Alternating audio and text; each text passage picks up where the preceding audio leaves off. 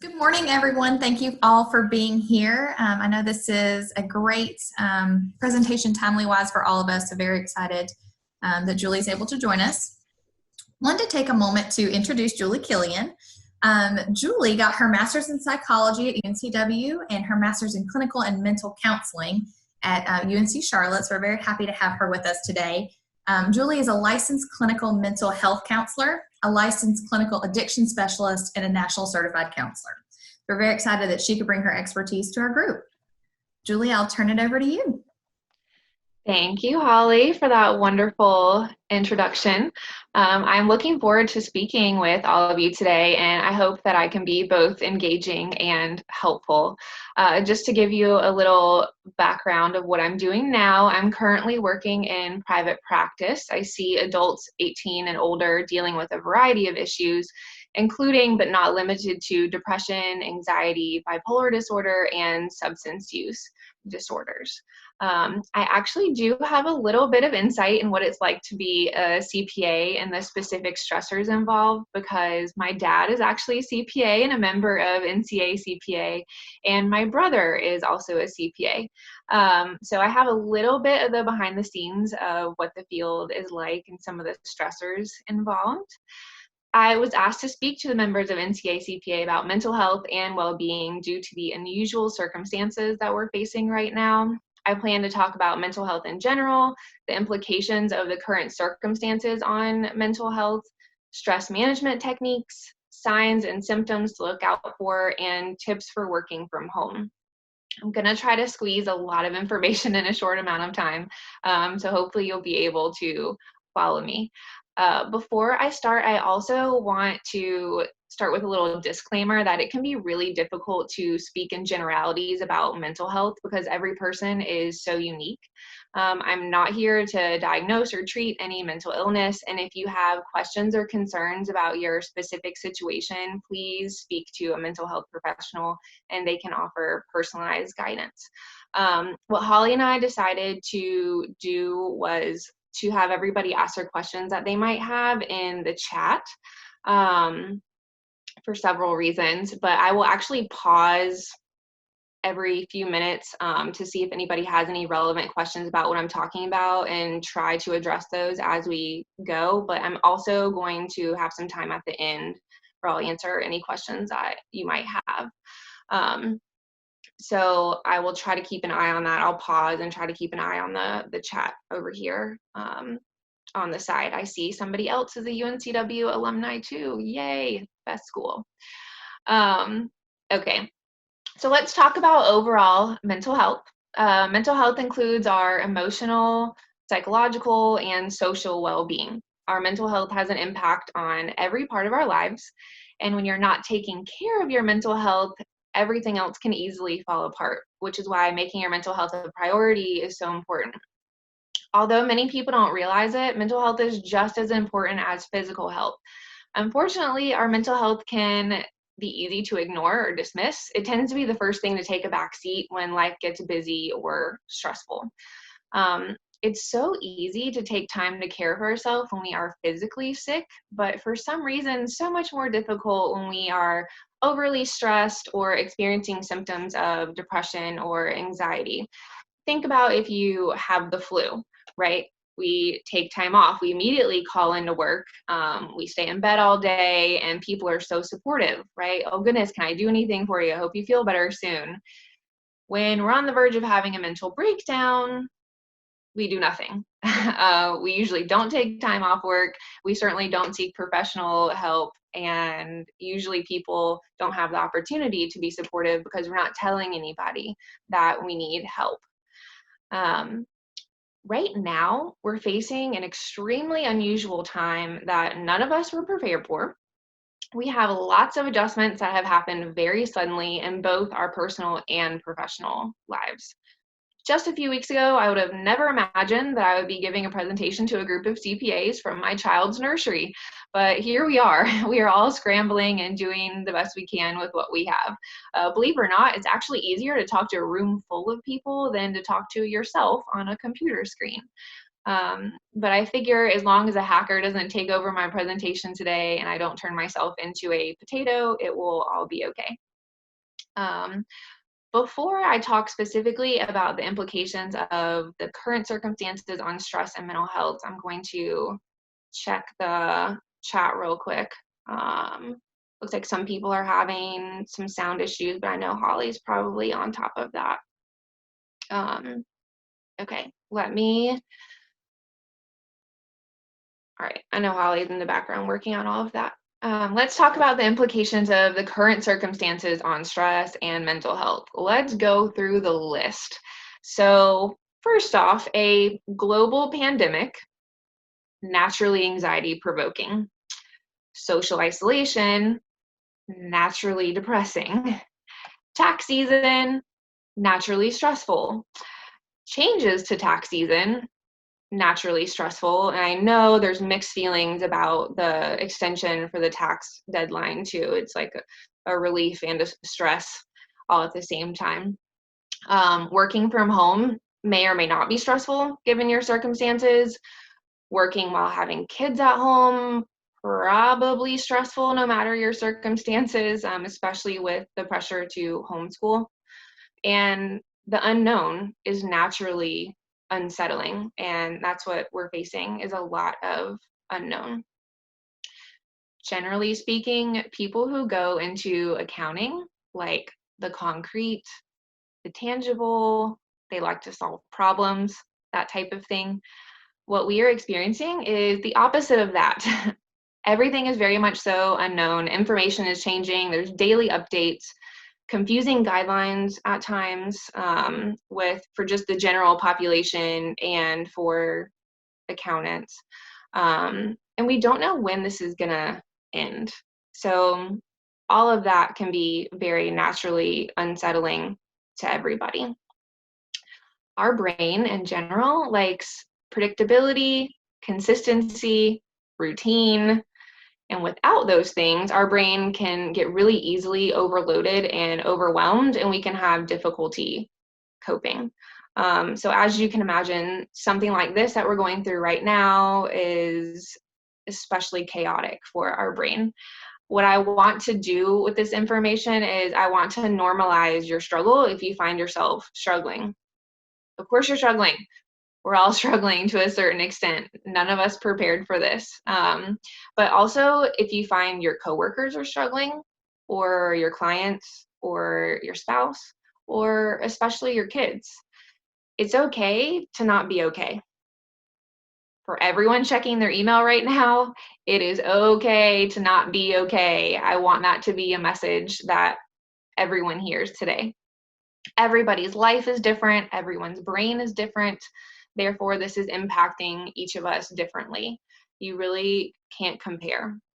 In addition to just having difficulty adjusting to the changes we are facing, because like I said, just the adjustment in general can be very difficult for our mental health and overall well-being.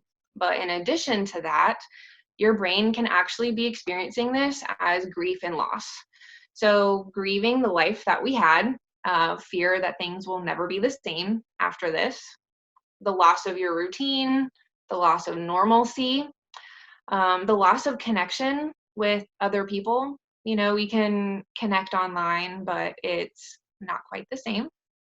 Anticipatory grief of the things that may change, like events that may be canceled in the future, vacations that you had coming up, weddings, you know, important events that are going to be potentially disrupted because of this. Loss of safety due to fear of this virus, that's a very real one. There's also a term called ambiguous loss that many people are probably experiencing. The idea behind ambiguous loss is that we are losing things that are not necessarily concrete or tangible. Maybe things that we're not even fully aware of, but they're underlying things that are losses that are just not recognizable to us. Most people have probably heard that there are stages of grief. You can actually Google giraffe stages of grief. Yes, giraffe, like the animal with the long neck. And there's a little video describing the stages of grief through humor. It does a way better job than I would of describing it, and I find it pretty funny, and hopefully you'll thank me later for that. Even if you're not concerned about your own grief through this process, it's probably worth the 2 minutes just to take a look at the giraffe stages of grief. Just Google that after this presentation, and have a look. In addition to the adjustment, the potential that your brain is experiencing this as grief and loss, your brain can also be experiencing this as a trauma. So to put it simply, trauma is a real or perceived threat to safety. And this is very real for many people. The threat to your physical safety and also potentially other types of safety like financial safety is very, very real. Everybody's brain processes experiences and information differently, which is why you see different reactions. From what I have seen, there has been a very wide spectrum of the psychological responses to this pandemic, anywhere from complete denial to paralyzing fear of death of yourself or of a loved one. But I want to make sure that everybody knows that there's no right way to be emotionally responding to this. There's so many different aspects that go into how you might be responding to this. And again, everybody's brain is different, everybody's life is different, and so everybody's going to be responding to this differently. I am going to pause here. There's a lot of information. I'm going to pause here to see if anybody has any questions. If so, I will go ahead and answer them. If not, I'll just move right along to the next part of the presentation. I'll give you just a minute.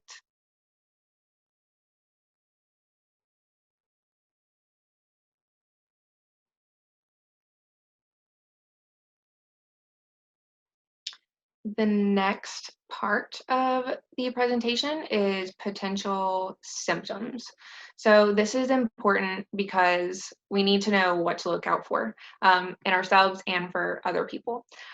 So let's explore some of the symptoms that people can experience when under increased stress or going through a big life change. So some of them are difficulty sleeping, difficulty concentrating, excessive worry and difficulty controlling the worry, changes in appetite, irritability, hopelessness, helplessness, feeling down, unmotivated, having panic attacks, having nightmares, having crying spells. Symptoms can also be physical, so you can also be experiencing migraines, upset stomach, chest pains, fatigue, and muscle tension. Physical symptoms can absolutely be an indication of emotional distress. So I've actually had many referrals from emergency departments due to people in high stress jobs thinking that they're having a heart attack, but they're actually having a panic attack. It's actually a pretty common referral that I get.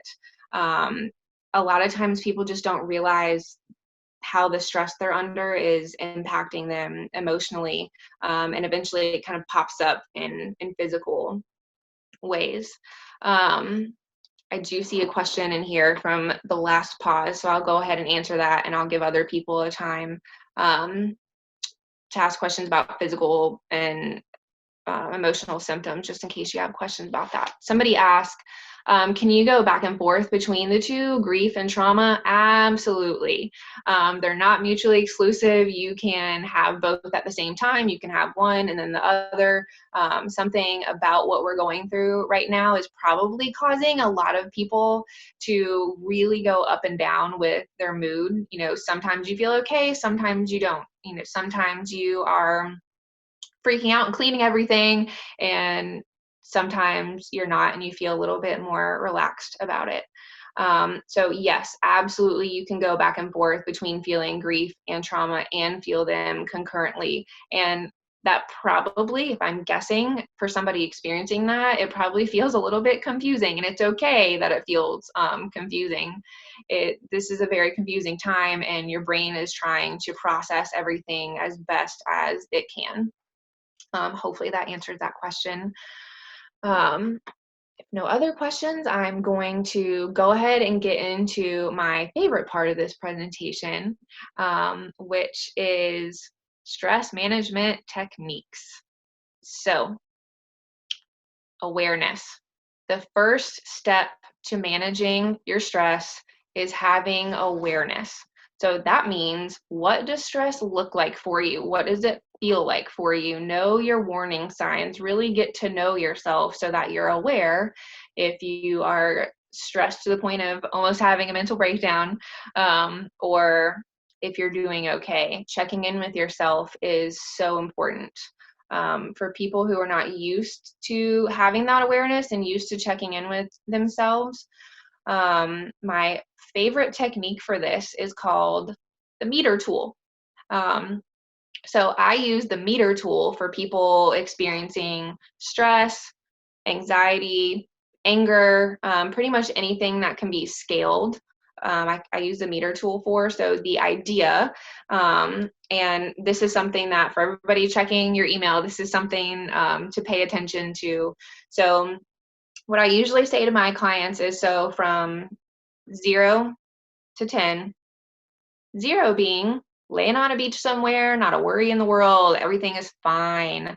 And 10 being your head is about to explode, you have never experienced as much stress in your life, and you can't handle it. Where are you? Everybody can actually do that right now. Just think about it. So from 0 to 10, where are you on that scale right now? If you are very close to feeling like your head's going to explode, maybe you're a 9. Maybe you are loving working from home and none of this is stressful and you're sitting at like a 2. That's great. Most people are probably somewhere in between there.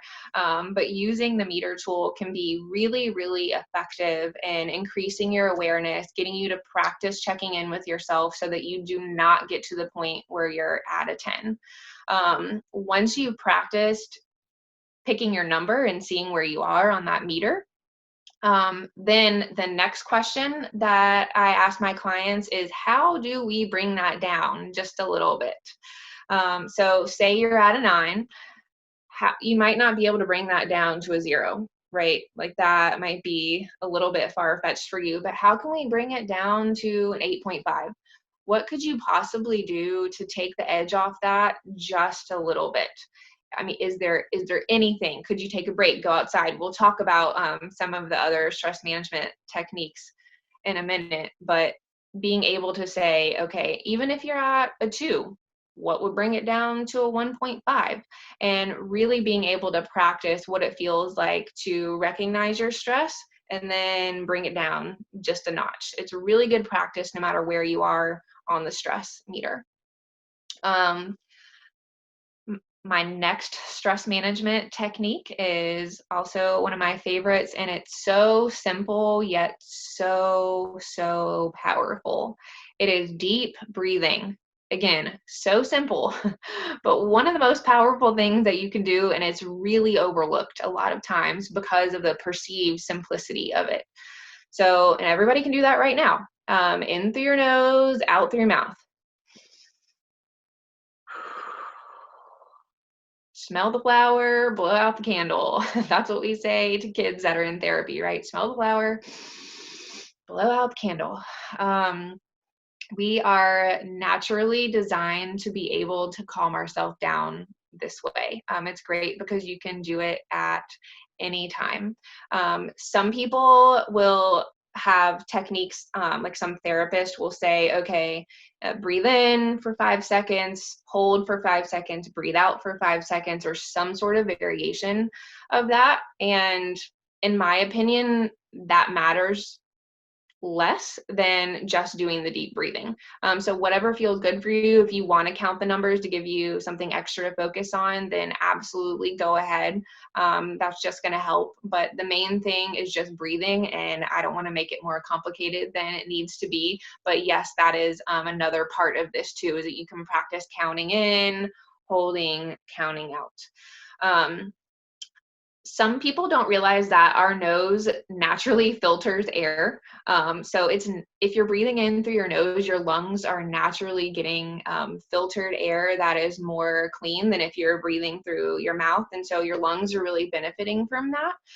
And your nose regulates the air temperature as it's coming in. So that is part of the reason why specifically it's breathing in through your nose and out through your mouth. Another reason why the deep breathing specifically is important is that there's such a strong mind-body connection, more so than a lot of people realize.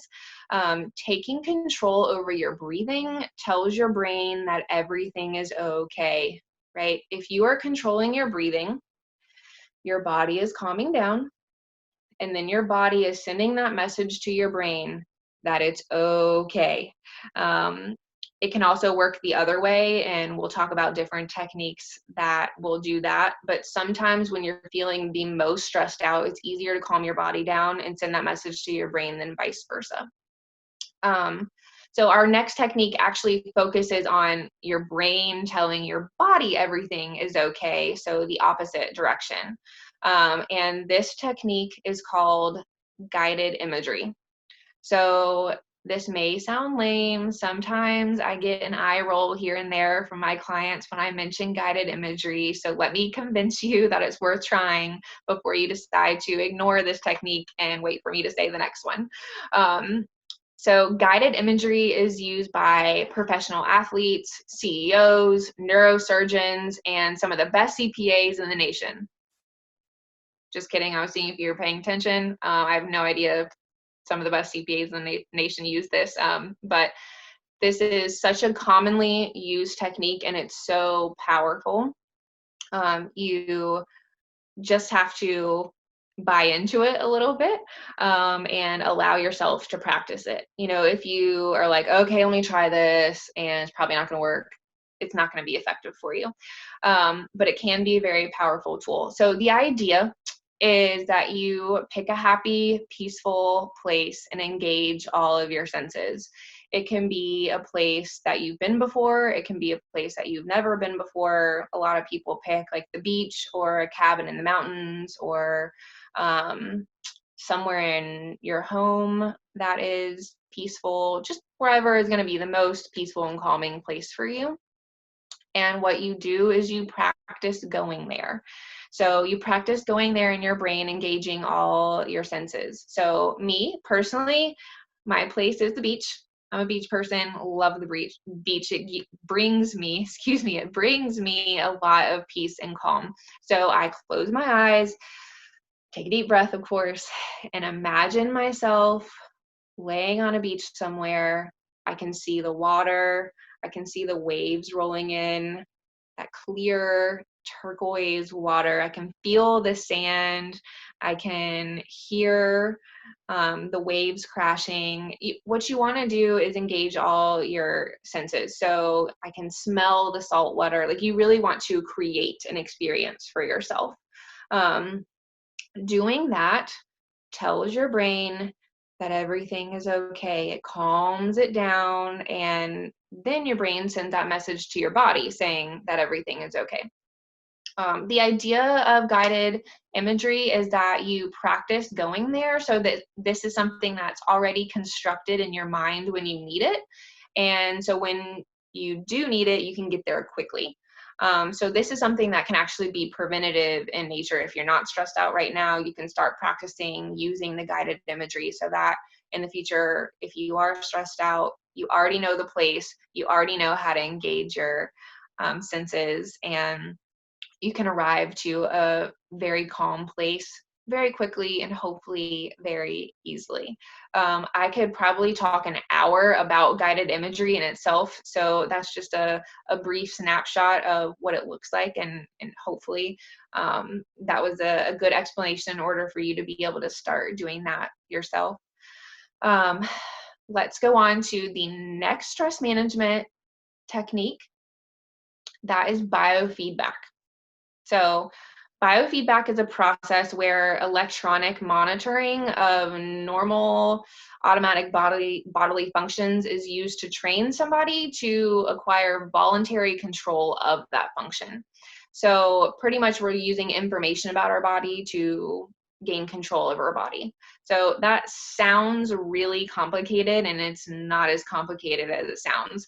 The easiest way for somebody to do that from home is actually to use your Fitbit or your Apple Watch, or whatever you have like that, and practice bringing down your heart rate, right? So for people who have a Fitbit or an Apple Watch, it'll give you information. So your heart rate, like if you're wearing one right now, you can look at it and say your heart rate is at a 70. So you take that number, and what you do is you try to calm yourself down as much as you can. Maybe turn the lights off, maybe take some deep breaths, do whatever you can to calm your mind, guided imagery, things like that. And then check it again and see if you were able to lower it. And using that information, using the number of your heart rate and then practicing lowering it, that's the biofeedback process. And that's allowing you to practice and get to know your body so that you can more easily decrease your own stress when you need to. Side note, I used to work in emergency services, and sometimes when we had free time, we would use the blood pressure cuff that we use for vitals to see how low we could get our numbers. You can absolutely learn how to control some of these automatic processes, like, for example, your heart rate. I don't know what CPAs do for fun at work, but I bet it's not as fun as having competitions to see who can get their heart rate the lowest. We would literally sit in our offices in the dark and have competitions and see who could get their heart rate down to like 50. Anyway, the next stress management technique is a very basic one, also very helpful. This is also something that I say directly or indirectly in almost all of my therapy sessions. So again, for anybody checking their email, this is probably a good thing to pay attention to. Focus on what you can control, especially right now. There is so much going on that we cannot control, so much that is so far outside of our control. And if you focus your brain on what you can control, it makes you feel so much better. When your brain is focused on things that you have absolutely no control over, that automatically gives you anxiety. And it's also kind of wasted energy, right? Your brain is giving a lot of energy to all these things that you can't do anything about. It's focusing on that you're wasting your brain space, essentially, on things you can't control. If you can focus that on what you can control, then that feels a lot better for your brain, and it feels a lot more productive. Again, that applies to now, and that applies to just about any time in your life. Again, I say it in almost every therapy session. Like, what in this situation can you control? How do you shift the focus to something that you can control? Another thing to keep in mind, this is not necessarily a technique, but another thing to keep in mind right now is reminding your brain that this is temporary. No matter how long this lasts, the stressors that you're experiencing right now are temporary. Most of the time this is true, but especially right now, this is true. This is not going to last forever. And sometimes your brain needs the reminder of that, because this can feel very heavy, very burdensome, and it can start to feel very permanent, especially once we've all been stuck in the house for several weeks. Another thing that's not necessarily a technique, but it's something to pay attention to with regards to stress management, is to take care of yourself. So eat healthy, exercise, sleep. Stress is not an excuse to not take care of yourself. It is a reason to take care of yourself. The more stressed you are, the more you should be focused on taking care of yourself to try to level that out a little bit. Most of all, giving yourself grace during this time. This is a really strange time. You cannot expect everything to go smoothly, and you can certainly not expect yourself to handle everything well. So just really focusing on taking that pressure off of yourself and giving yourself grace through this process, and giving other people grace too. We're all doing the best we can. I'm going to stop right here and address some of the questions. I can see some of them on the chat. So if you have questions, you can go ahead and type some of those out while I look at these. Do you use the 4-7-8 technique? So I'm assuming that that's talking about the breathing technique with the counting numbers. And yes, you can absolutely, I think that might be, again, all therapists do this differently. Breathing in for 4 seconds, holding for 7, and out for 8. I think that's what you're talking about, but absolutely. Yes. Whatever you feel like is going to be most, okay, she said yes. Whatever you feel like is going to be the most helpful for you. Counting is just like an extra focus to help your brain pretty much have a distraction away from whatever the stressor is. Absolutely. Somebody says, can you list all of the techniques again? I'd like to write them down. Absolutely. And again, this is going to be recorded, so you can absolutely reference this later, but let me just list them off real quick. So the first step is awareness. That's not a technique, but that's the first step to all of this, awareness. The meter tool, deep breathing, guided imagery, biofeedback. And again, this is not a technique, but focusing on what you can control, reminding your brain that this is temporary, taking care of yourself, and giving yourself grace. Let's see. How do you stay motivated and focus on tasks when you still have to work during this time? Yeah, and manage home and want to accomplish a lot in both areas. Okay, so that is a loaded question, right? One of my favorite sayings is, you can do anything, but you cannot do everything. And so for all those people who are suddenly working from home and trying to keep your children entertained and homeschool them and manage a global pandemic and manage the social distancing that comes with that, yeah, that's a lot. That's a lot to handle, and it's absolutely hard to stay motivated and focused. I think this is going to be where some of the giving yourself grace comes into play. And actually, one of the next categories I'm going to talk about is tips for working from home, and I think that that might answer some of those questions, and so I'm going to address that in a second. Somebody else said, are pity parties okay?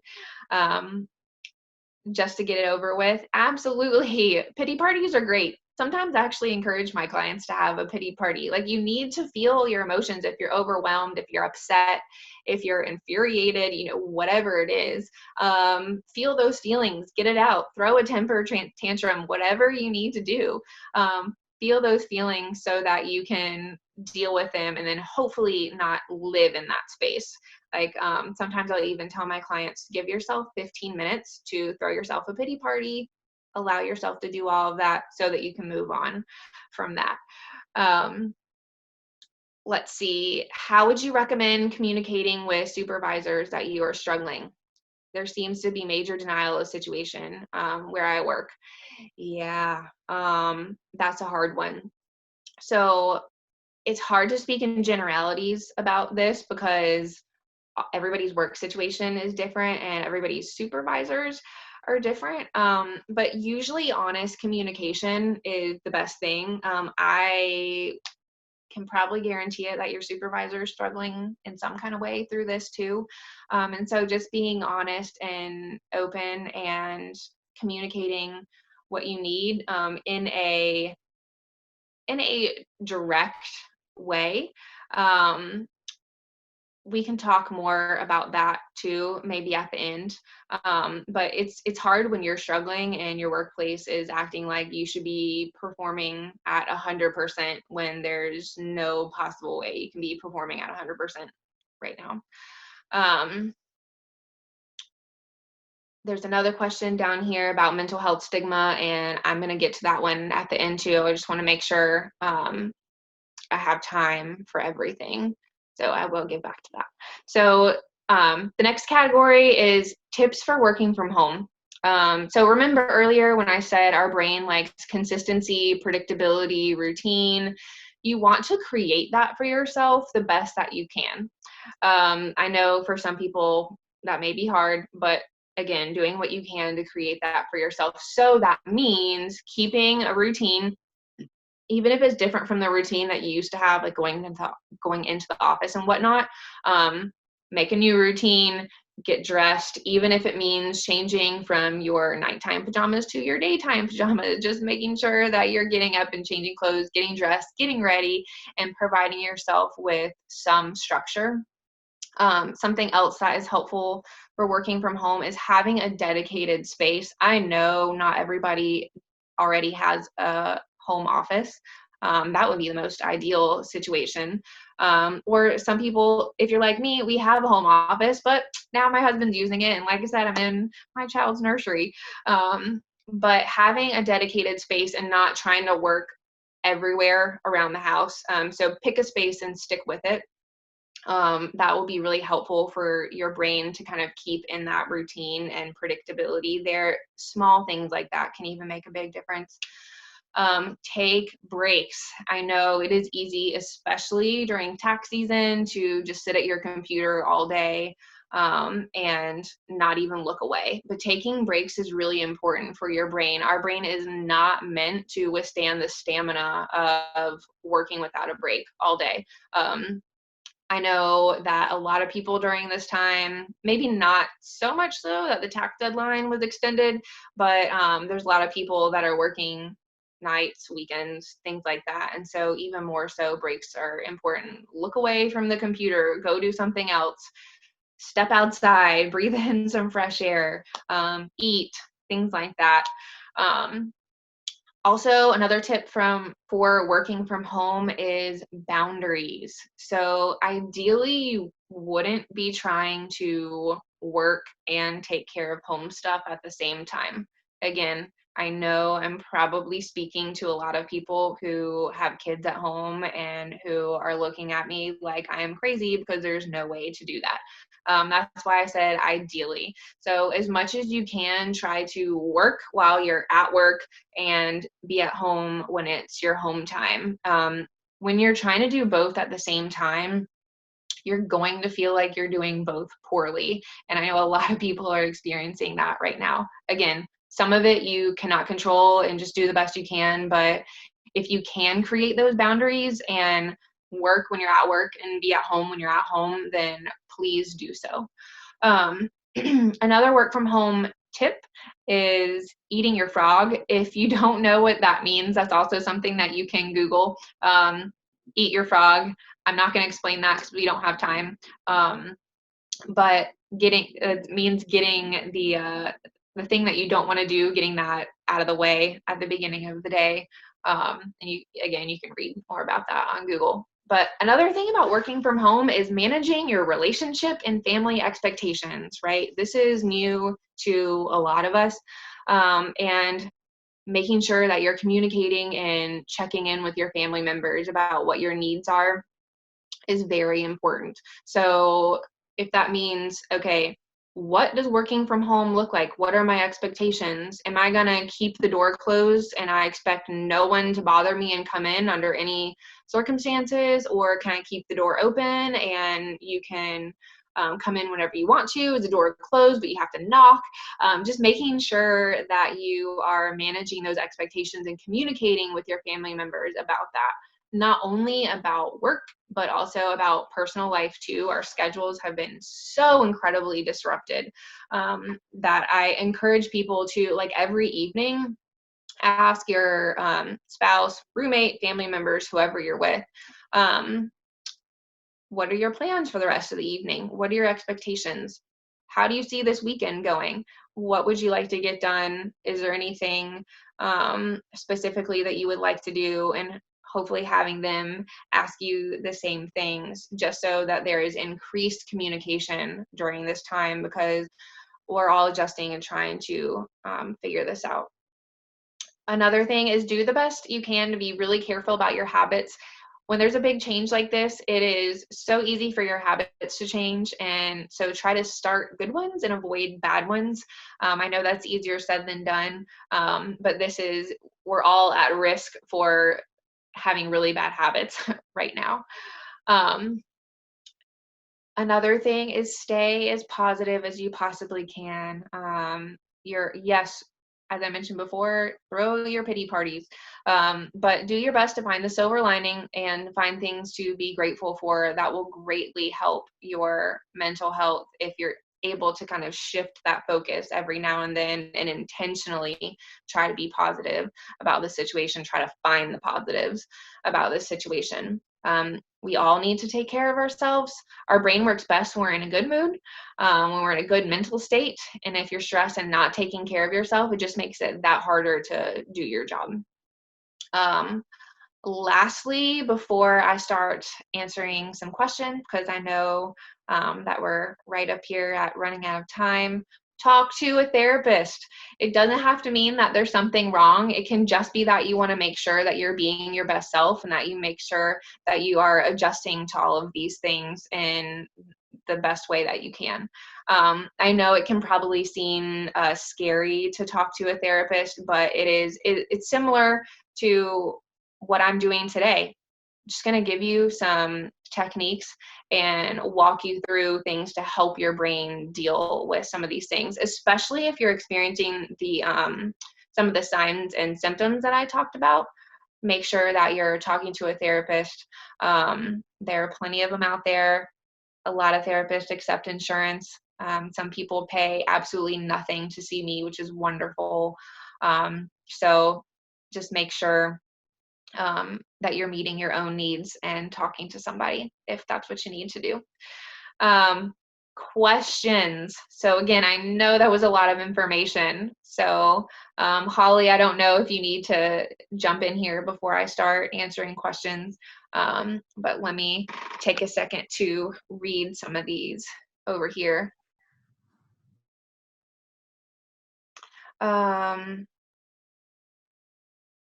Okay, so back to the how would you recommend communicating with supervisors that you were struggling. Um, some people I know have a really close relationship with their supervisor, and some people not so much. So that's really going to depend on your relationship with your supervisor. That's definitely a hard conversation to have, but I would also hope that people would be understanding at this time. Um, so the first part of this, I would say, is make sure that you are aware of your needs. If you are going to tell your supervisor that you're struggling, make sure you know why you're struggling and what you need from them. If you just need for them to listen to you and you need to vent about what's going on, wonderful. If you need to have some of your responsibilities adjusted or have some of the workload taken off of you, then that is something that you need to be direct and upfront about. Making sure that you're not just saying, I'm struggling, and kind of dumping that on your supervisor, because they're going to be like, me too, I don't know what to do for you. So awareness and making sure that you're clear in what you need from them. Let's see. How do you help people who have a mental health stigma? In other words, they think addressing mental health means you are crazy. Ah, I hate this. Yes, there's certainly a stigma with mental health. We in the mental health community are working so hard to combat that, because no, everybody has mental health, right? Just like we have physical health, we have mental health. It doesn't mean that there's something wrong with you. I work with plenty of people who are just trying to be their best selves, and or either they're going through something and they want to make sure that they're managing their stress in a healthy way. And a lot of times it's just going to that first therapy appointment. So I absolutely have seen a lot of people. Well, let me give you an example. So I do anger management. And a lot of people who are struggling with anger issues are not exactly the people who are pumped about doing therapy. Um, and so a lot of that is just getting somebody to the first session, and then we can kind of break down some of the myths about therapy, and they can learn more about what it's like in that first session. Also, a lot of therapists you can call and talk to on the phone about some of your concerns about that. It's a really unfortunate thing that there's such a stigma around mental health. You would think that everybody would be wanting to encourage good mental health and encourage people to be their best selves. But that's not always the case. Um, let's see. Can you address techniques for people who live alone and want to be around people? Oh gosh, yes. If you live alone right now, this is probably a really hard time for you. Um, we are so isolated already, and if you've got no one at home with you, I just can't even imagine that feeling of isolation that you must be feeling. There, there is a constant presence and awareness of the absence of other people. And that is really hard to deal with. You can't ignore that you're alone and isolated when it's 24/7. That's really hard to deal with. But some techniques to that are keeping a good schedule. So if you look at your calendar, so for example, you pull your calendar up and you see that Saturday and Sunday are completely blank. That's not going to feel good.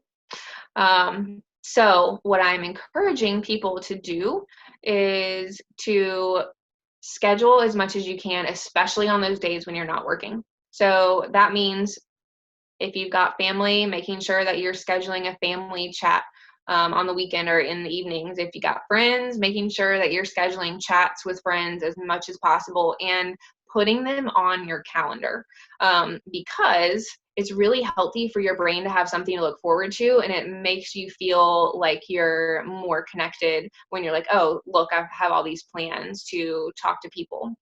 Um, Somebody else said missing people as well. I find this extremely hard for me. Yeah. The social isolation part of this is probably one of the most difficult parts. Um, Depression is definitely popping up for a lot of people. We are social creatures. Humans are meant to be around other humans. And so this is very unnatural. So I would say making sure you're giving yourself some grace. Like, of course, you're lonely. Of course, some symptoms of depression are creeping in. And of course, you're missing people. This is incredibly difficult. But making sure that you are scheduling those video chats, making sure that you're getting outside, get outside of the four walls of where you're living, breathe some fresh air. Even seeing other people walking can really be helpful, which kind of seems a little out there, but really just seeing other humans at this point feels helpful. Exercising, all those things, taking care of yourself can help alleviate some of that. So what I'm telling my clients is every day, make sure that you are talking to somebody outside of your household, and every day, make sure that you're getting outside in some way, shape, or form. And those things will hopefully take the edge off at least a little bit, and reminding yourself that this is temporary. I know this is really hard, but this will not be forever. And I know it's even harder because we don't know when it's going to end. Um, yep. Somebody else is saying how difficult this has been for them. Dreading getting out of bed. Yeah. Dreading getting out of bed and facing another day of this. Absolutely. Some of these things would probably qualify as a normal reaction to abnormal situations. But absolutely, I mean, that's something that is a red flag for depression. And for anybody who's struggling with this too, there are plenty of therapists who are online like myself, and having a therapist to talk to weekly or twice a week can be really helpful to get some of that personalized guidance on how to combat some of the loneliness and isolation that's going on. Let's see, somebody says, my friends and I have been doing Zoom game nights, highly recommend. Absolutely. There's lots of games that you can play with people, because eventually video chats, like, it's hard to have things to talk about. My family and I have run into this. Like, we just kind of like, well, what have you been doing? Nothing. What have you been doing? Nothing. And so games is a way to kind of spice it up a little bit, and keep your brain busy. Um, so somebody else is asking about the games, and I am not the best person to ask about this. Maybe that's something, a resource that we can provide for you later. But some people like myself are actually busier during this time than we normally would be. And so I actually haven't had a lot of time to play games, so I can't speak to that myself. Um, let's see, another question on here, and we're running out of time, so I'm going to try to address as many as I can. How can you help your children deal with this time when they don't understand what is happening and the risk?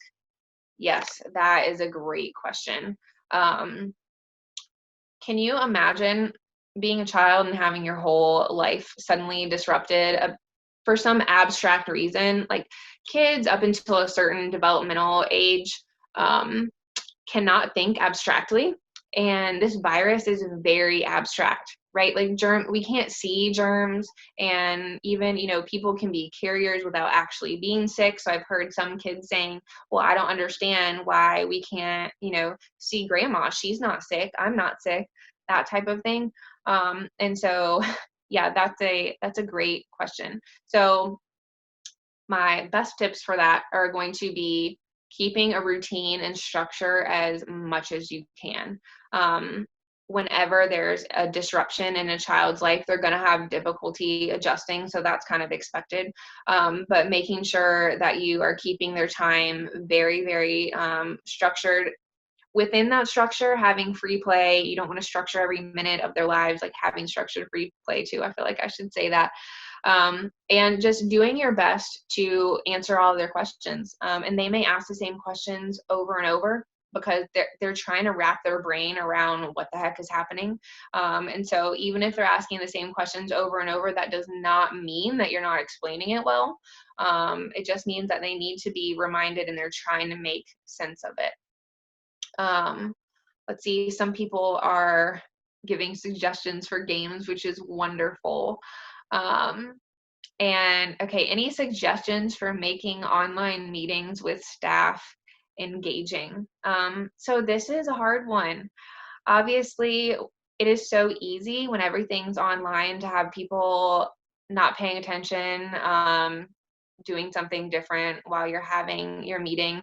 But keeping everybody engaged. So, like, maybe at the beginning of a meeting, there's icebreakers, making sure that you're picking an icebreaker that isn't super lame, making sure that it's one that everybody might actually like. And this is actually an opportunity to try to connect more with your staff. So, for example, I know that some people are saying, okay, at the beginning of this meeting, like, everybody show their pets if you have a pet. And people will, like, hold up their dogs or even hold up their babies. And that actually allows for feeling more connected and more engaged with your coworkers and your staff members. You obviously have to decide if that is right for you in your workplace, but that's kind of a good way to break the ice and make it a little bit more engaging. Let's see. Got 2 minutes left. How can I respond to friends who want to hang out but don't understand social distancing? I've had some friends get annoyed because they assume I think they're sick. Yes. So, like I mentioned before, everybody's having different responses to this, and people are responding differently to the social distancing guidelines. Setting boundaries is really hard.